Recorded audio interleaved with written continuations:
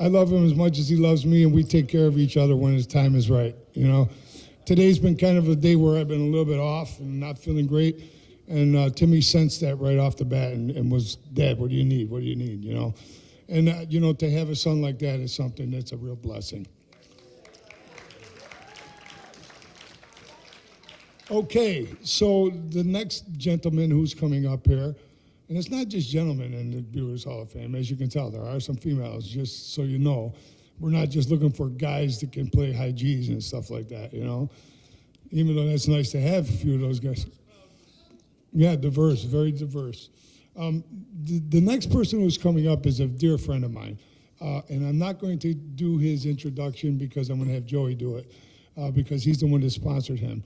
But I've been trying to sponsor him for about 3 or 4 years now, and he never gave me a bio that I could use. True? True. Okay. So anyway, Joey Pirro is going to introduce our next participant.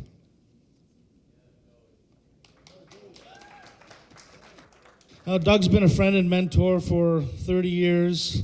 I tried to also get him to put his resume together for nominating him, but we got it done this year. You're very deserving. I love you so much. You've taught me so much.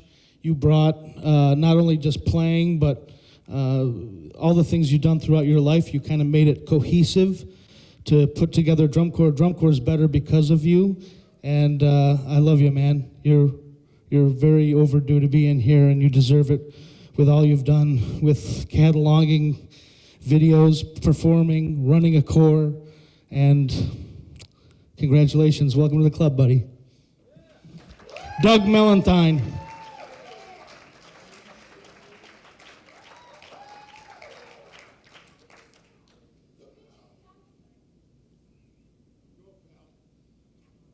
Hi, everybody. Great to see y'all. I've seen you before. I've been to a lot of Brewers Hall of Fame. Donnie and I put one together back in North Tonawanda in 2014 or whatever it was. Anyways, what a trip this has been. I remember back when I was in the volunteer fireman's drum corps with my dad at age 11 and 12. And I'm hearing these horn lines, and there were some good street corps coming out of Canada and stuff, and the horn line melted me. Then I started buying drum corps records. Crazy. I'd go downtown and buy drum corps record, Caballeros, this one, that one. And I got hooked.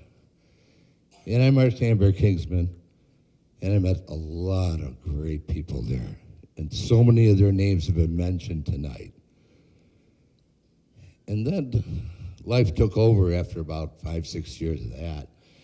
And I had a few years off, and I got back to Hamburg in '74 when Bobby LaDuca was doing the horn line and things. I was there for a couple of years, and I went through some stuff.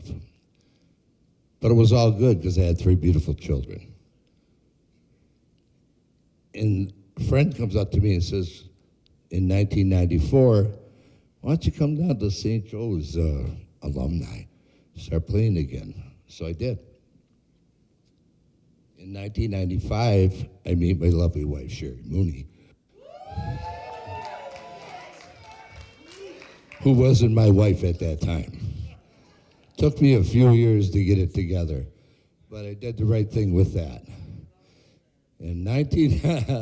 Thanks, Gary. In 1995, I had this idea to start a mini corps.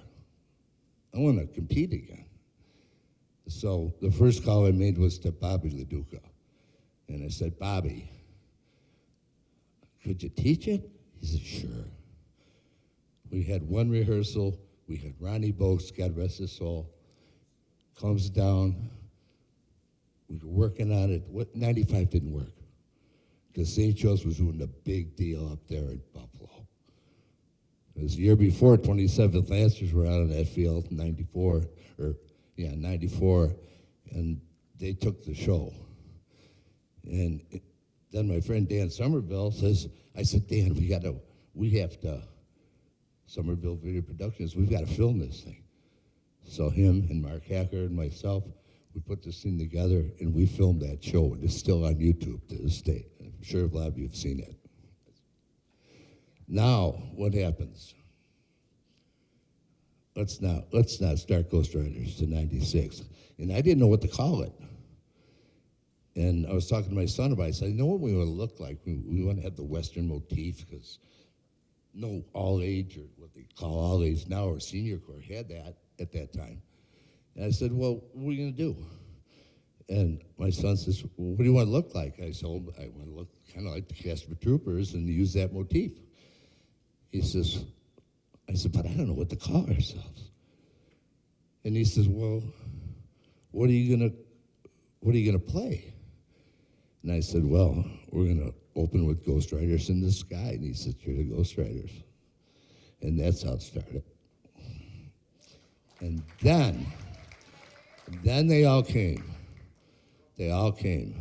Bobby LaDuca was there, and Rod Keppel was next to me all through that whole thing. And Larry Keppel, God rest his soul, was the second guy I called after I called Bobby. So that's my history. It was a great run. I've met so many wonderful people. I was so blessed to play with so many talented people. And I am very, very thankful to be among you. Thank you.